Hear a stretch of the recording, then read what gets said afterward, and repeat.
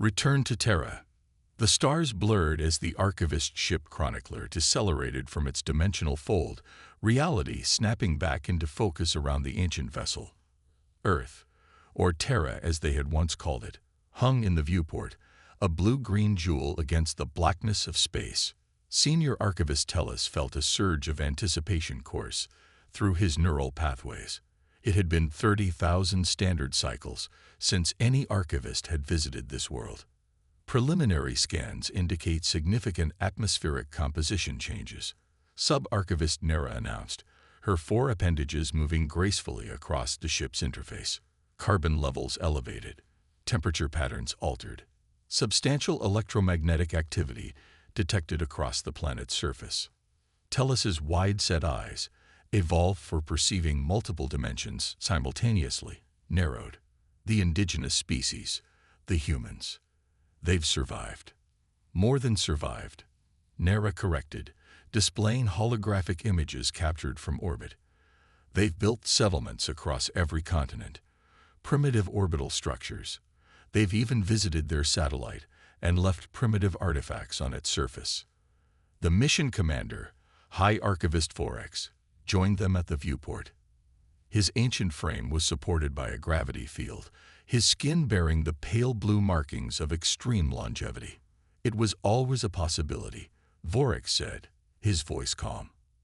The data we gathered during the last expedition suggested they possessed remarkable adaptive capabilities.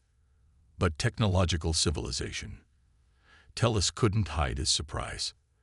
The simulations gave them less than a 3% probability of achieving spaceflight before self-extinction. Perhaps that is why we are archivists and not predictors, Vorex said with what passed for humor among their kind. Let us proceed with the retrieval protocol. The Memoria has waited 30 millennia for our return. The Memoria was why they had come. One of their most advanced research vessels had been damaged during the last expedition, its dimensional drive compromised.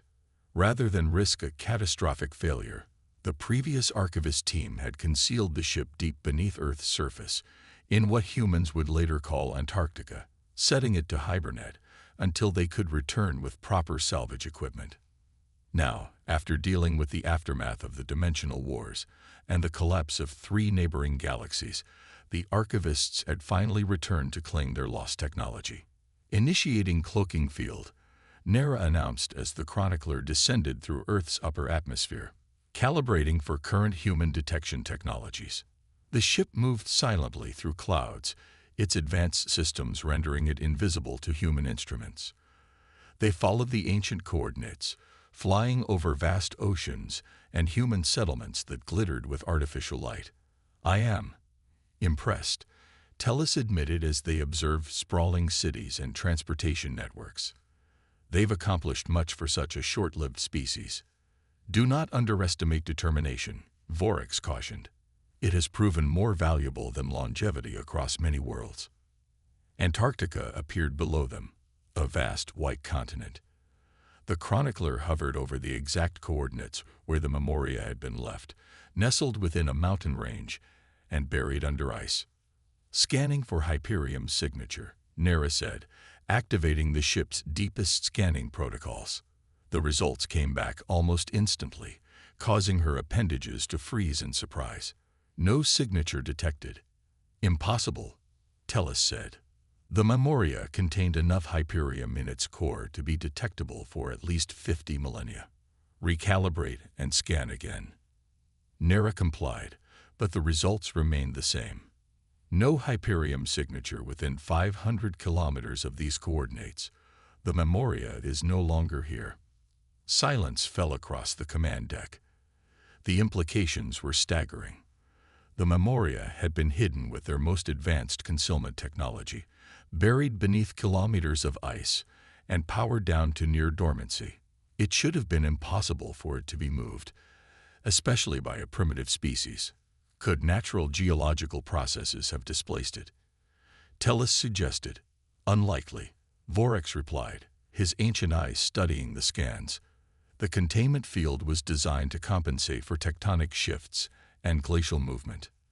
Then we must consider the alternative, Nera said cautiously.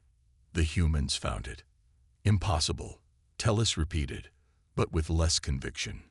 We should make contact, Vorex decided after a moment of contemplation.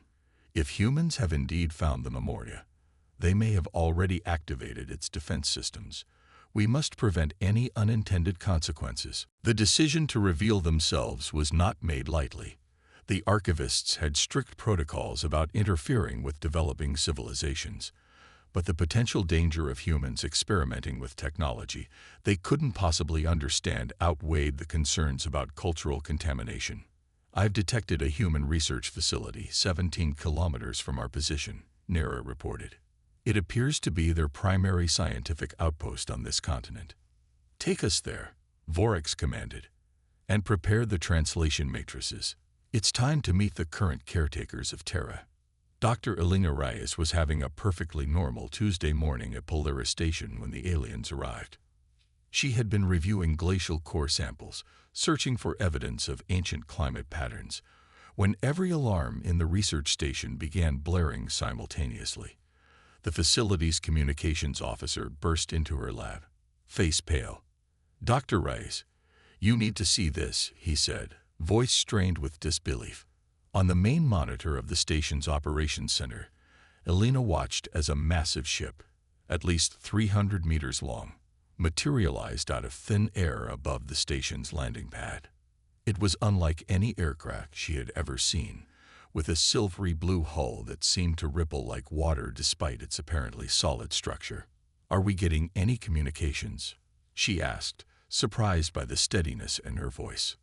"Nothing on any frequency," the communications officer replied.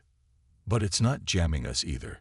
We've already alerted McMurdo, and they're contacting the UN Security Council." Elena made a decision.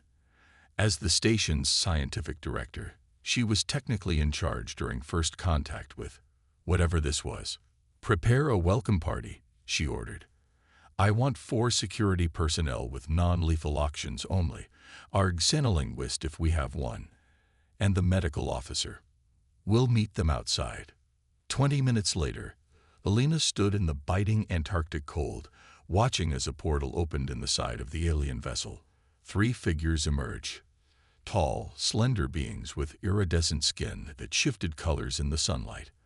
They had 4 upper limbs and moved with an unsettling grace in Earth's gravity. The tallest of the 3 approached Elena. Its face was almost humanoid, but with subtle differences.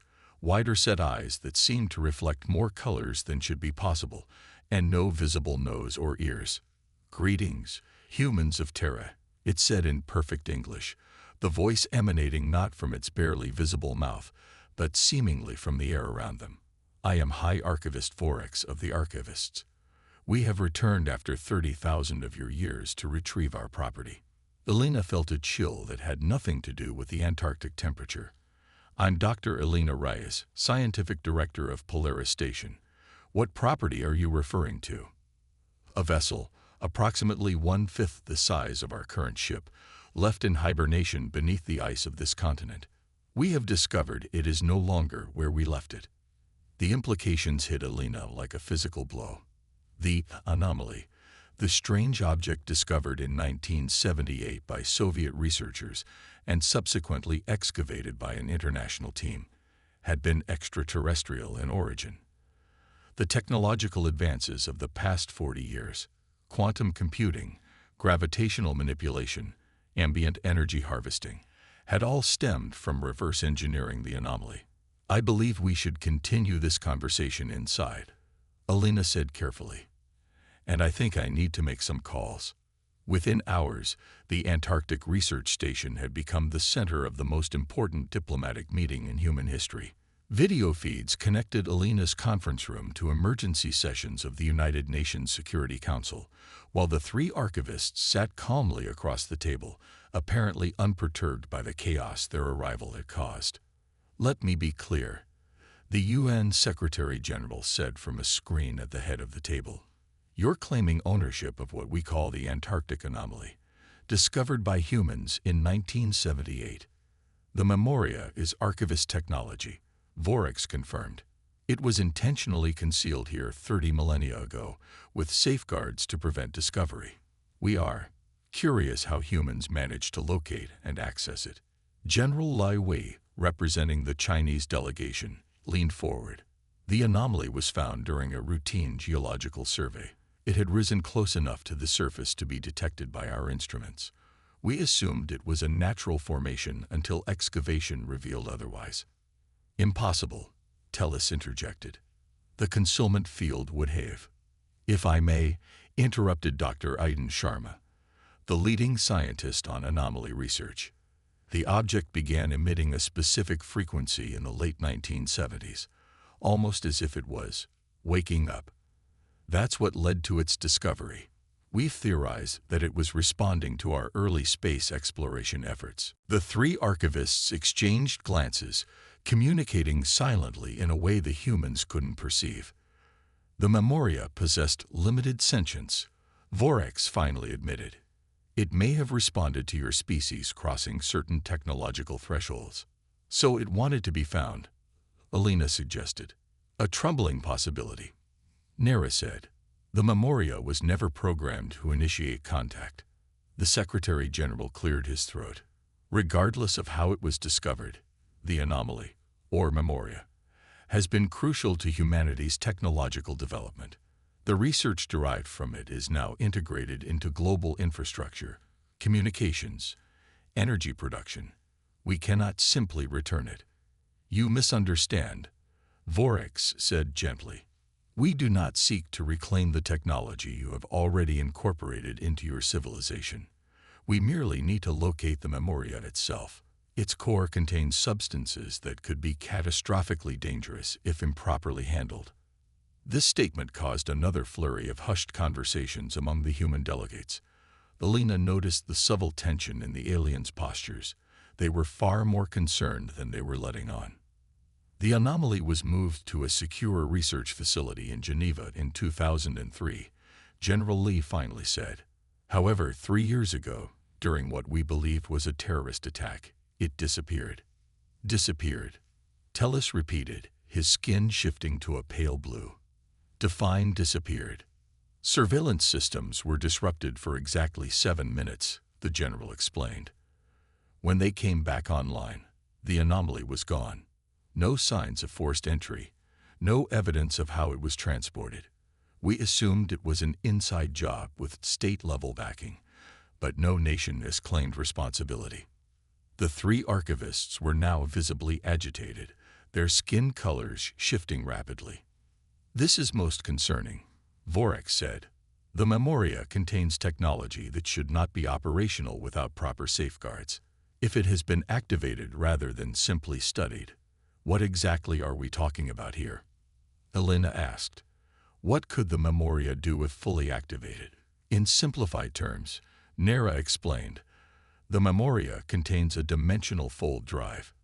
It allows travel between points in space by temporarily folding reality. In the wrong configuration, it could create a cascading dimensional rift. And what would that mean for Earth? The Secretary General asked, though his tone suggested he already suspected the answer. The planet would be pulled into dimensional space, Vorex said solemnly. Every atom within several thousand kilometers would be redistributed across multiple realities. A heavy silence fell over the room. Then I believe we have a common interest, Elena finally said. We need to form a joint task force immediately. Human intelligence networks combined with your tracking technology. We need to find the Memoria before whoever took it figures out how to turn it on. Vorex studied her for a long moment, his ancient eyes seeming to peer directly into her mind. You are correct, Dr. Reyes, he finally said. Our peoples must work together. The alternative is unacceptable. As the meeting dissolved into planning sessions and urgent communications, Elena found herself standing beside Tellis near the window, looking out at the archivist ship gleaming against the Antarctic landscape. You never expected to find us like this, did you? She asked quietly. No, Tellis admitted. In our records, humans were still using stone tools and struggling to control fire. The speed of your development is unprecedented in our experience. Is that good or bad? Tellus's skin rippled with colors Elena couldn't quite name. That, the alien said, remains to be determined. Legacy of Stars. 3 weeks after first contact, the Joint Human Archivist Task Force had established its headquarters in an underground facility beneath Geneva. The irony wasn't lost on Elena that they were operating mere kilometers from where the Memoria had been stolen. The command center hummed with activity, human technicians working alongside archivist specialists, intelligence officers from a dozen nations sharing data, and military personnel from both species training together for potential recovery operations. Elena studied the global map dominating the center wall, red markers indicating possible Memoria sightings. Too many false leads, too many dead ends. The problem, she explained to Tellus as they reviewed the latest reports, is that we don't know who has it or what they want with it. Terrorist organizations, a rogue state, private interests. There is another possibility, Tellus said quietly. One we have been reluctant to suggest. Elena waited as the archivist seemed to struggle with whether to continue. The archivists were not the only advanced species to visit Terra in ancient times, he finally said. We were merely the most academic in our approach. You're saying other aliens might have taken it. Elena felt a new weight settling in her stomach. Why wouldn't you mention this sooner? Because it was deemed a remote possibility, and High Archivist Vorex did not wish to complicate first contact with tales of ancient interstellar conflicts. Tellus's skin rippled with what Elena had come to recognize as discomfort, but certain patterns in the theft, the precision, the lack of traceable energy signatures are consistent with Sentinel technology. And who are the Sentinels? Guardians, observers, manipulators. They have been called many things. While we archivists study and record, the Sentinels intervene. They believe it is their duty to guide the development of younger species, sometimes through direct manipulation. Elena felt a chill. Are they hostile? Not in the way humans might understand hostility. They believe their actions serve the greater good of all life in the galaxy, but their methods can be severe when they believe a species is developing in dangerous directions. Before Elena could respond, the facility's alarms began blaring. Commander Kato, the Japanese officer coordinating security, approached rapidly. We've got a confirmed energy signature matching the Memoria, he reported. Northern Siberia, remote location. No registered human settlements within 100 kilometers. Vorex, who had been consulting with his ship, joined them. Our sensors confirm it is indeed the Memoria, and it is powering up. That's impossible, Elena said. Your report said it would take years for anyone to understand how to activate its systems. Unless they had help, Tellus said quietly, exchanging a meaningful glance with Vorex. Prepare for immediate deployment, Vorex ordered. If the dimensional drive is being activated, we have hours at most. The Joint Strike Team assembled in the hangar, 20 human Special Forces operators and 10 archivist specialists, loading into an archivist shuttle modified to accommodate human physiology. Elena had insisted on joining them despite Vorex's objections. If they were dealing with another alien species, they needed someone who understood human concerns. As the shuttle lifted off, accelerating at speeds that would have been impossible for human aircraft, Elena studied the tactical display. The target was a seemingly empty expanse of Siberian wilderness, but thermal imaging revealed an underground structure recently excavated into a hillside. Approach vector calculated, Nera announced from the pilot's position. We will arrive in 16 minutes. What's the plan when we get there? Asked Colonel Rivera, the American leading the human military contingent. The priority is securing the Memoria and preventing activation of the dimensional drive, Vorex said. If Sentinels are involved, we must proceed with extreme caution.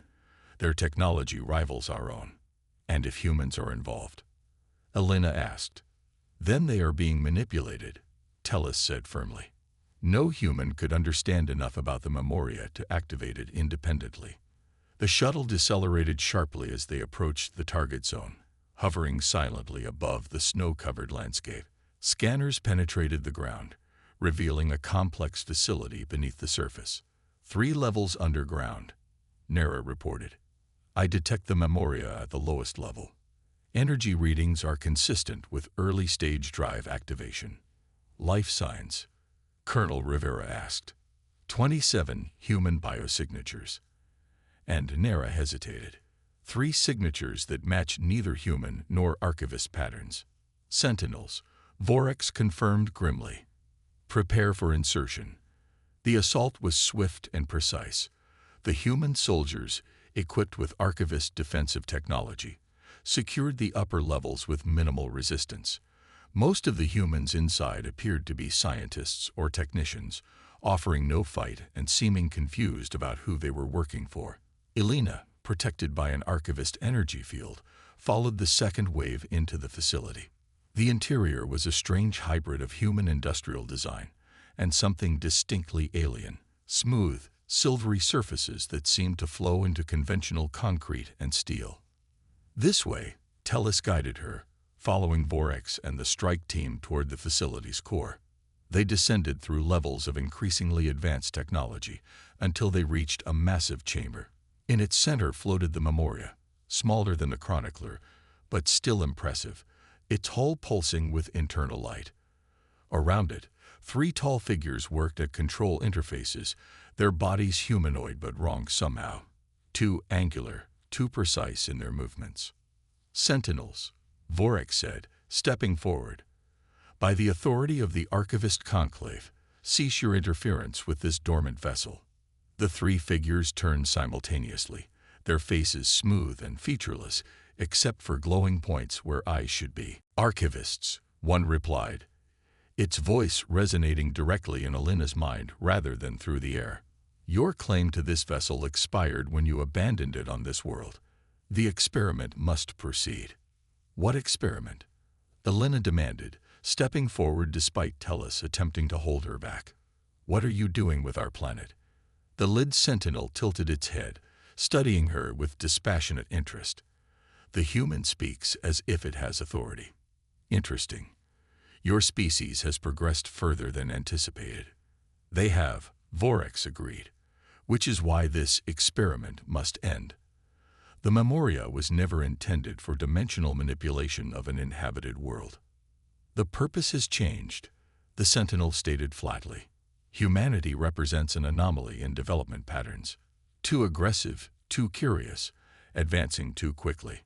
The probability calculations indicate a 63% chance they will destabilize this sector of the galaxy within the next 5 centuries. Preventative measures are required. Elena felt ice in her veins as she understood. You're going to use the dimensional drive to destroy Earth. Not destruction, the Sentinel corrected. Redistribution. Human potential will be spread across multiple realities, diluting the risk while preserving the species. That's genocide, Elena said, horror rising in her throat. It is mathematics, the Sentinel replied. The needs of the many galaxies outweigh the needs of one world. The chamber erupted into chaos as both human soldiers and archivist specialists launched a coordinated attack. Energy weapons discharged, and the Sentinels responded with devastating counterattacks that rippled through reality itself. Elena found herself thrown to the floor as space seemed to warp around her. Through the confusion, she saw Vorex engage directly with the lead Sentinel, their energies clashing in ways her human mind struggled to comprehend. Tellus pulled her behind a console. We need to reach the Memoria's control core. If we can initiate emergency shutdown protocols, the dimensional cascade will stop. How do we get past them?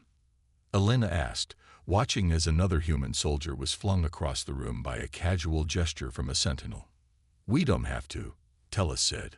The Memoria was designed to recognize archivist command patterns, but its systems would have started adapting to the dominant species of this world during its dormancy. Meaning? Meaning it might respond to human commands now, particularly from a human who understands its purpose. Elena looked at the battling aliens, then back at the glowing ship. Tell me what to do. Tellus quickly explained the concept, not the specific commands, which would be meaningless to her, but the underlying intent and the pattern of thought required to communicate with the semi-sentient vessel. Taking a deep breath, Alina broke from cover and ran toward the Memoria. Dodging energy discharges and reality distortions, she reached the ship's outer hull, which rippled like water at her touch. Following Tellus's instructions, she pressed her palm against it and focused her thoughts. I am humanity. I am Earth. We choose our own path. For a moment, nothing happened. Then the ship's surface parted beneath her hand, forming an opening just large enough for her to slip through. Inside, the Memoria was unlike anything she had imagined, not mechanical but almost organic, pulsing with light and energy. At its center floated a crystalline structure that she somehow knew was the dimensional drive core. Alina approached it, feeling the ship's awareness studying her. It was curious, she realized. 30,000 years of dormancy, absorbing trace amounts of human consciousness through the ice, had given it an interest in the species that had inherited the Earth. Following instinct more than instruction, Alina placed both hands on the crystal. We're not ready for this power, but we don't deserve extinction. Show me another way. The crystal pulsed beneath her touch, and suddenly her mind was flooded with images, stars, galaxies, civilizations rising and falling across billions of years. She saw the archivists in their prime, peacefully exploring and cataloging. She saw the sentinels, once protectors, gradually becoming more controlling, more calculating. And she saw possibilities, futures where humanity joined the galactic community, futures where they destroyed themselves, futures where they became something entirely new. Choice, she thought firmly. We deserve the right to choose our path. The crystal flared brilliantly, and Alina felt the ship respond. Power redirected, the dimensional energies being carefully contained and repurposed. Outside the ship, she knew the battle was changing, though she couldn't see it. When she finally emerged from the Memoria, she found the chamber transformed. The sentinels were contained within shimmering fields of energy, their powers neutralized. The archivists and human soldiers stood victorious, if battered. What did you do? Vorex asked in amazement. I didn't, Alina said, looking back at the ship. The Memoria did. It evolved during its time on Earth. It absorbed enough of humanity to understand what was at stake. Impossible, one of the captive sentinels stated. The vessel is a tool, not a conscious entity. Maybe it was once, Alina said, but 30,000 years near a developing sentient species changed it. The way the archivists change through observation, the way humans change through adaptation. Vorex approached the Memoria cautiously. The dimensional drive.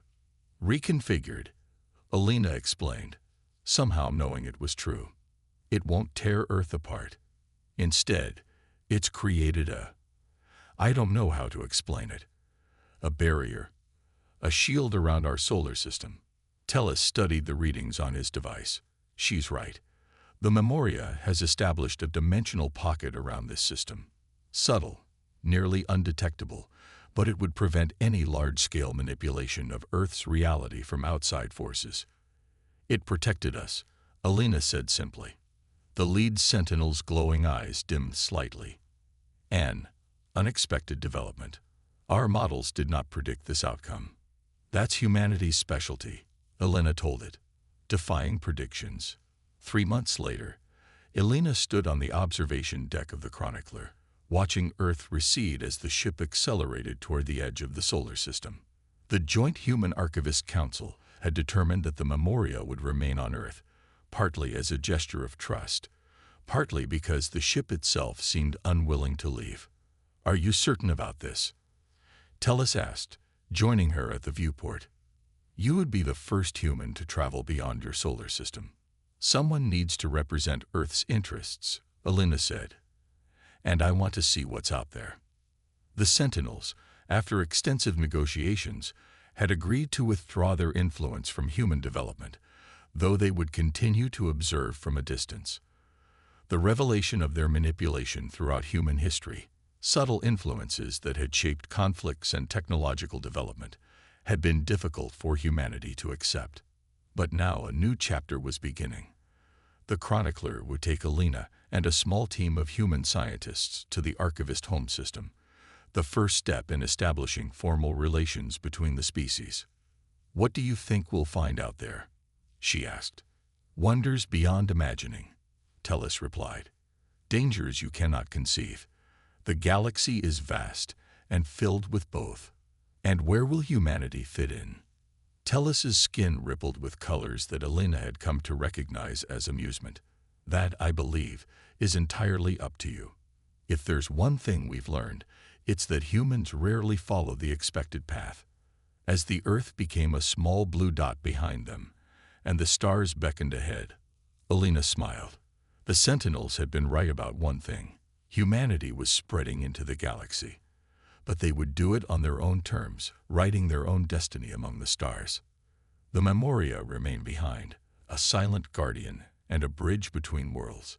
Not just a relic of the past, but a symbol of the future, a future where humanity's potential would no longer be confined to a single world or a single reality.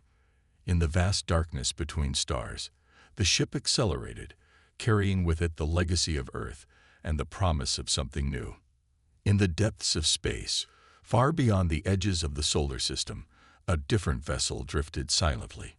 Within its mysterious confines, beings neither archivist nor sentinel observed the events unfolding.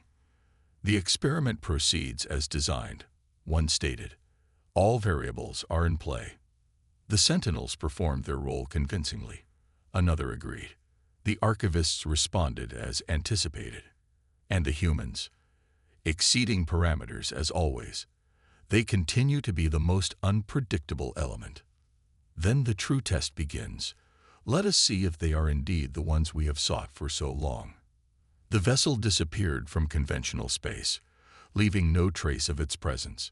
The game was far from over. In many ways, it had just begun. Humanity's journey to the stars would not be what anyone expected.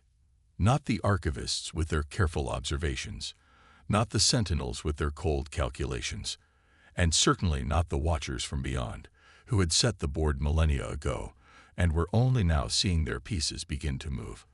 The lost vessel had been found, but the greater discovery, humanity's place in the cosmos, was just beginning.